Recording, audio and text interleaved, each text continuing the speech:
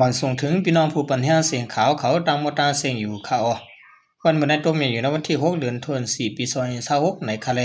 เขาเลยยิบตัง2หัวข้อข่าวเสียที่มาต่างถึงในพี่น้องผู้ปัญหาเขากว่าอยู่เขา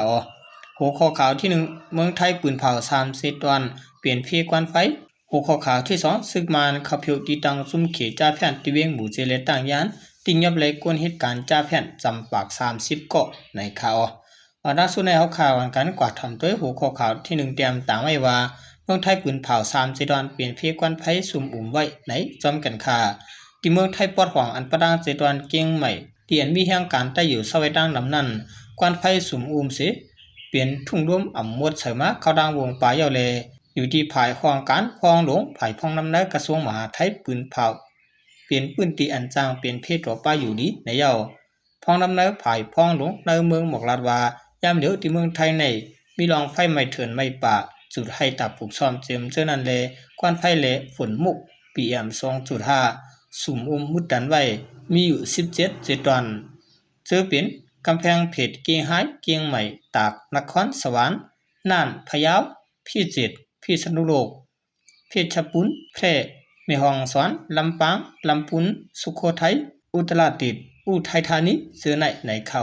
นั่นอันหาวยังหรือเป็นสุดแต่ที่มี37วันซื้อเป็นเกียงใหม่ลำพูนเลตั้งพะเยาในเยาเมื่อนางเวียงเกียงใหม่ในเป็นเวียงอันกว้านไฟเนียนนาสุดในหลุมฟ้ามาหลายวันในค่ะเมื่อวันที่4เดือน26มือซื้อนันโก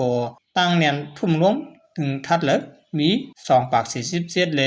เนียนนาหาวยังสุดในหลุมฟ้าแทงวันหนึ่งในค่ะห้องการผายไปอยู่ดีกวนเมืองไทยปืนเผาไว้ว่ายามเดียวเงาลายฝุ่นควันเมืองไทยหาวเฮียงมาเลยควรมีตังเปลี่ยนเกี่ยวได้ลองหลอดล่มถอยเจอเหมือนหนังคอเจ็บมองคอปอดเจ็บเปลี่ยนหมากแห้งในปอดตั้งเปลี่ยนหัวใจเจ้าไหนตื่นหนำมาในเยาเดี๋ยวปี2023ถึงมาปี2026ใน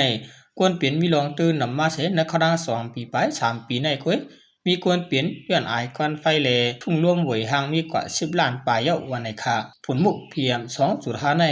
มันเล็กนะอาลาเสจางลูกที่รวมถวยเจอเข้ากว่าเนื้อคอเนื้อปอดเนื้อเสียนเลือดกวนเฮาว่าในข่าวย้อนนั้น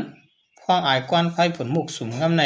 ถูกที่เหตุกังป้อออกกว่าตั้งนอกหาเสือพาต้มซบต้มขุดังป้อมีการลองอย่าถูริออกกว่าตั้งนอกสั่งเปลี่ยนไรหาซื้อเครื่องล่างลงมาไว้ในเฮือนอึดทับพักดูดีอย่าหากวนไฟเข้าเฮือนพอกว่าตั้งนอกมากขึ้นหาสุกหนาสุกมือเปียดกำเหลวว่าในข่าวลองในพี่น้องเขาเจออันอยู่เมืองไทยถูกดีฟังที่ค่ะเนาะ10แนวข่าวกันก่อทำด้วยหัวข้อข่าวที่2เต็มต่างไว้ว่าซึ่งมันข่าวเพียวที่ดังซุ่มเขจ่าแผ่นที่เวียงหมู่เจเรต่างย่านติงยับไหลกวนเหตุการณ์จ่าแผ่นจำปาก30ก่อในจอมกันค่าเมื่อวันที่4เดือนเอพฤษภาคม26มือซึ่งนั้น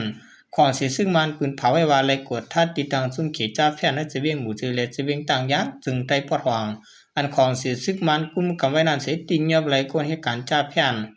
ปาก30ก่อไปว่าในข่าวเมื่อวันที่4เดือนเดือนตัวยามกลางนะมือซึ่งนั้นของสิซึกมันเข้าหิบกดทัดห้องเหตุการณ์จ่าแฟนอันปักไว้ที่หิมวานกองสังจะเวียงต่างยานั่นสิที่เงียบและผู้ใจเจ้าเขตปากก็เลยนางยิง1ก็อีกประดังผู้ใจคนมึงมัน12ก็เลยนางยิง8ก็ในสินอกเลยสินั้นยึดชิมเลยปะทางติวด้านเศร้าเลยเครื่องควรเกี่ยวข้องอันจะถือในการเรียนกินเงินหรือว่านายจ่าแฟนจะไหนว่าในข่าว10สินั้นก่อนในวันเหลียวกันนั้นก็หนังเก่าความเสียซึ่งมันเข้าเพียวที่ต่างเหตุการณ์ซุ่มเจจ่าแฟนอันมีไว้ที่ในปอกจอนจอกเวียงหมู่จีนั่นสิที่ยับเลยปะควรเมืองเขต7ก็หุมปะดังเครื่องคุกอันเกี่ยวข้องซ่อมหลายสื่อหลายปึงหนังเก่าในคายันผู้ว่าห้องเขตจ่าแฟนที่หมู่จีในถึงมีรองปั่นเฮ็ดนาการเขาไว้อยู่สิซ้ำอ่ำไรใส่ควานแลอยู่ดีความเสียซึ่งมันเขาจังได้เครื่องปองเสเข้าเพียวที่ยับเป็ดคุยไหนควรเมืองหมู่จีก็หูหันจ้อมร้องในลาดนี่หนังไหน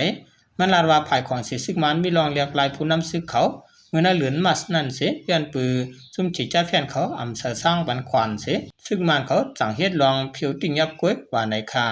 ของเสซึ่งมันปืนเผาไว้ว่าเตสิเพียวมวยซุ่มขีจ่าแฟนอันปักสวัยอันปันนาการในเมืองมันต่อปมมุดสิ่งในยอ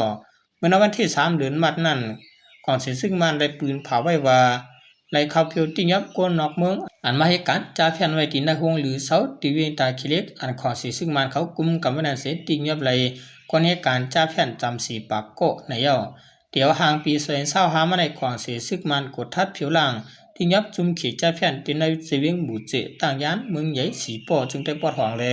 ที่เวียงตาขี้เล็กจึงได้ปอดออกผมปะดังเวียงเมียวติเมืองยางฝึกชื่อในมักหลายๆตั้งว่าในข่าวออกเปลี่ยนย้อนขอมสร้างควันแดถูกที่ยับในคาเนาะเรื่องสุดมาขอบใจนำถึงพี่น้องเขาเจริญเป็นผู้เตรียมข่าวแลผู้ทำข่าวเขาตามวตารเสียงอยู่ข่าวมาสูงตางเสียงข่าว